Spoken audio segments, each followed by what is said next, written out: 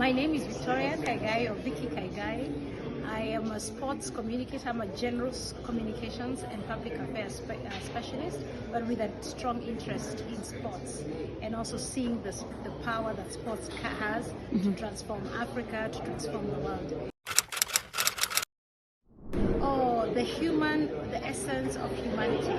And sports gives you everything, the tears, the joy, and also reminds you what the human body can do. Sports, especially right now, sports it's at an interesting intersection. You have human performance, you have ethics, you have climate change, you have geopolitics. So sports, I feel, is at the center of quite the human experience. So that's what excites me. So my number one, I like athletics, I like football, I like tennis, and actually almost all sports, because every time behind it is a human being who is doing something amazing, and the emotions, you cry, so I'll be a mess from Saturday. So the World Athletics will be happening from Saturday 13th to 21st. It's a whole week happening in Tokyo. The World Athletics Championships happen every 2 years, unlike the Olympics, which happens 4 years.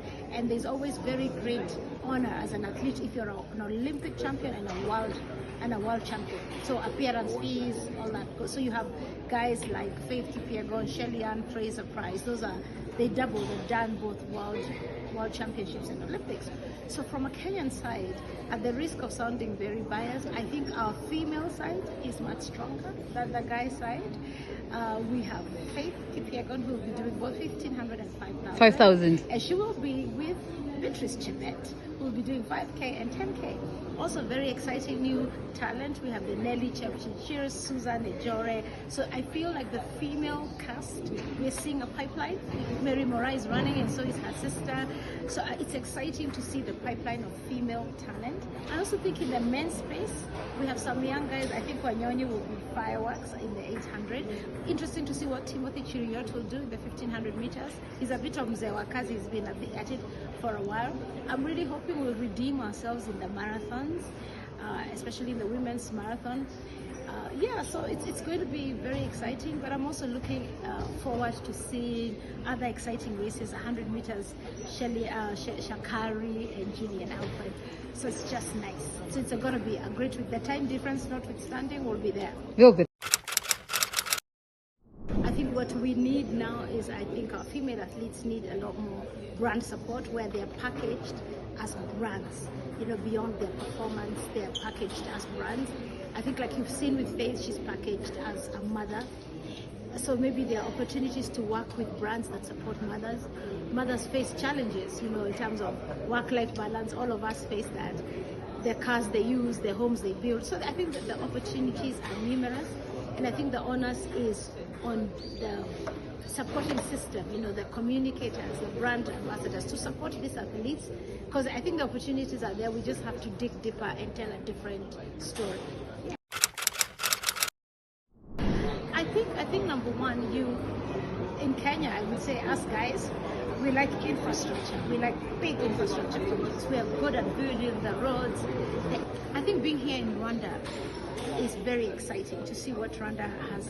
The Rwanda government has taken a deliberate step to really accelerate sports, and that means creating the right environment for investors, because investing in sports is expensive.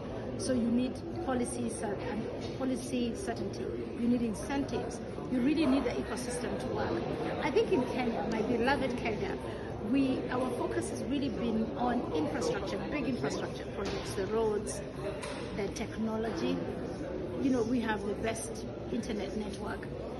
I think we can use what we already have. Our passion, Chan was electrifying. So I think that passion now needs to be supported by, the government needs to give an extra push. The same way government gives incentives for manufacturing, maybe it's time now to give incentives to people who want to invest in sports and make it, because the need is there. The need is there, the talent is there, the energy, the market.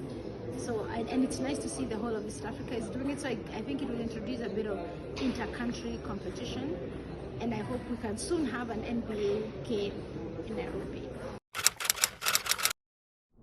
So my project is a high-performance football center here in Rwanda. We haven't kicked off, but one of the interesting things, we have spoken to one or two people who are already like about 30% in trying to develop a similar concept. So my hope and my plan is maybe the next, rolling out into 2026 now, we partner with them and we bring our different skills and bring it to life, because as I said, Rwanda has more vibrant systems, infrastructure.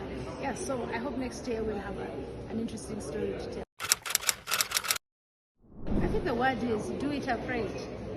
I think because as I was starting, I was telling myself, I'm an unconventional, I'm not the typical sports journalist like you.